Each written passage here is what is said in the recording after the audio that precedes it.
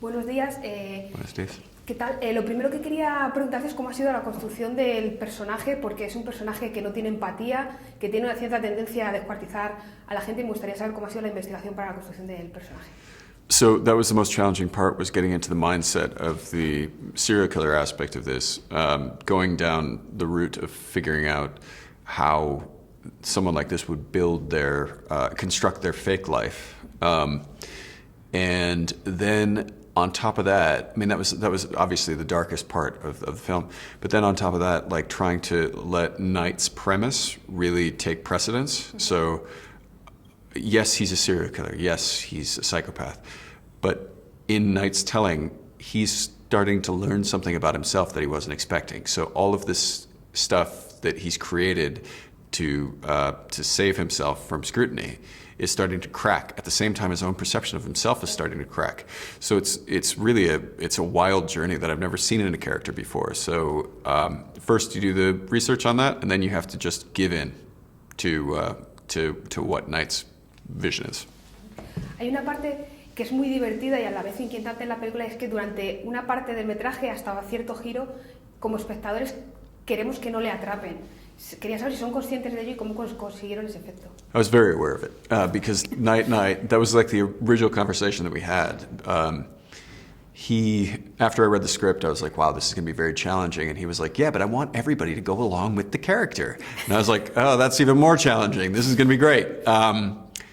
So what we had to do was construct that exterior-facing, that outward-facing character that Cooper's been playing has to be engaging and fun and light and all the things that would make you think, oh, that's just like my good neighbor, yeah. You know? And that makes it more scary in a way because it could just be anybody. Because the one thing that I learned and what makes it psychologically accurate is when I was reading books about serial killers, some of these people are so charming and so empathetic seeming that they convince journalists that maybe they didn't kill the people they killed. There was one book that I read that one of the journalists decided to start advocating for the serial killer, trying to get him a lawyer because he didn't think he did it. Even though this guy basically admitted to being a serial killer, he was so convincing. So we needed to create that sort of exterior-facing stuff with the character, and then let it sort of crack over the course of the production. And that was a lot of fun. And then to see it crack, to see him kind of dealing with the fact that he's in the middle of this, there are two other emotions that come into play. Both, he doesn't want his daughter to find out that he's this bad guy because something's happening with him where he really cares about her.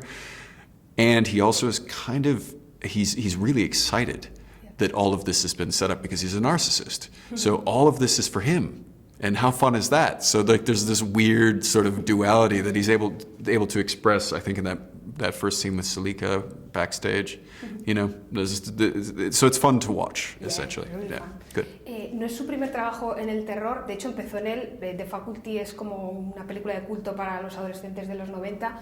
Yo soy muy fan también de Penny Dreadful, la serie. ¿Qué tiene el terror que le gusta como actor y que le ofrece? I like all genres, I would say, but I find that there are some things that you can do within this genre in particular that you can't do in any other genre. I mean, like, we can explore things in psychology that if we were to explore a psychopath, you know, going to, as Knight says, like a Taylor Swift concert in a drama,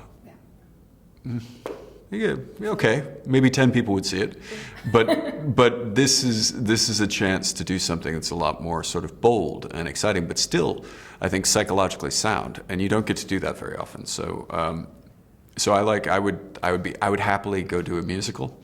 I would happily go do some, you know, over-the-top comedy. Happily do dramas, but this also keeps coming up, and it is fun to explore as well.